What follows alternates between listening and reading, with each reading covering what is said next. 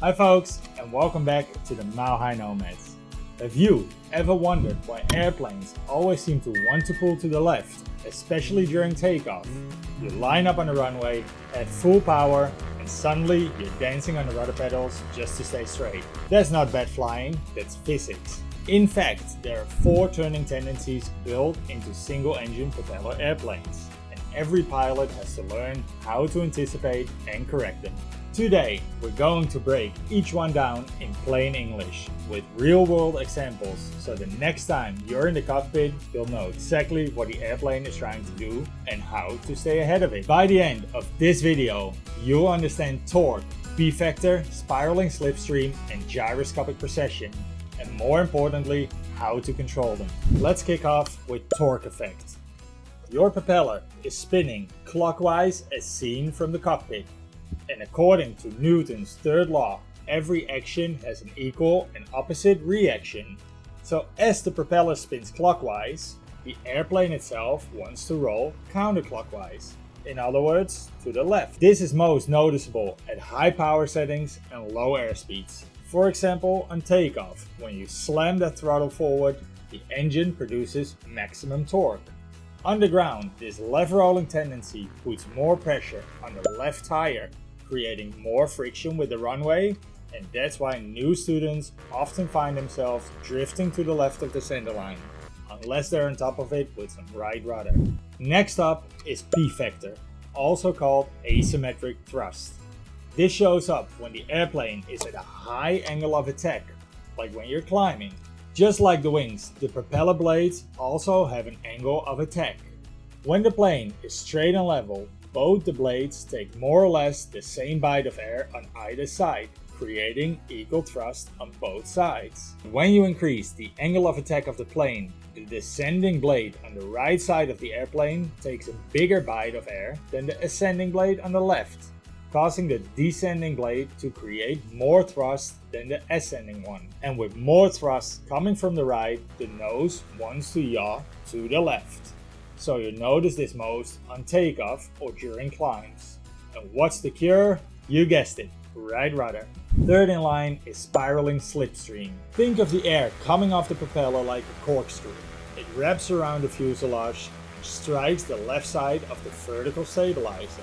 When that happens, it pushes the tail to the right, which causes the nose to yaw to the left. This tendency is strongest when you're at high power settings and low airspeeds, because the spiral is tighter and airflow over the tail isn't as effective at resisting it.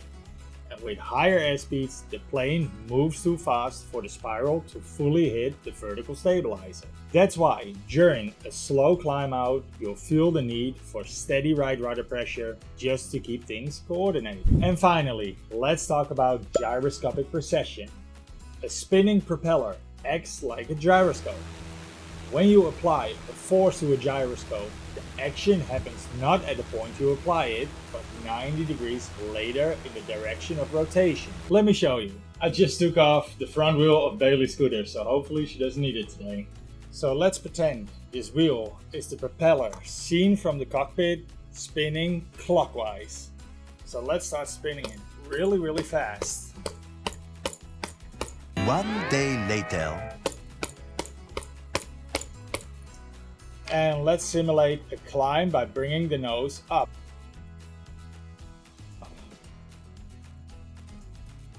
As you can see, it nicks to the right. When we simulate a descent by moving the nose down, the propeller wants to move to the left.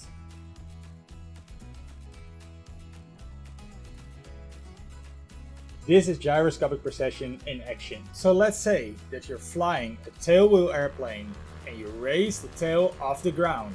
That's a force applied to the top of the propeller disc.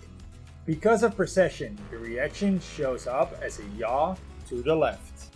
Even in tricycle gear airplanes, you can feel this effect when pitching up or down aggressively. It's not as strong as torque or P-factor, but it's definitely there. So let's recap.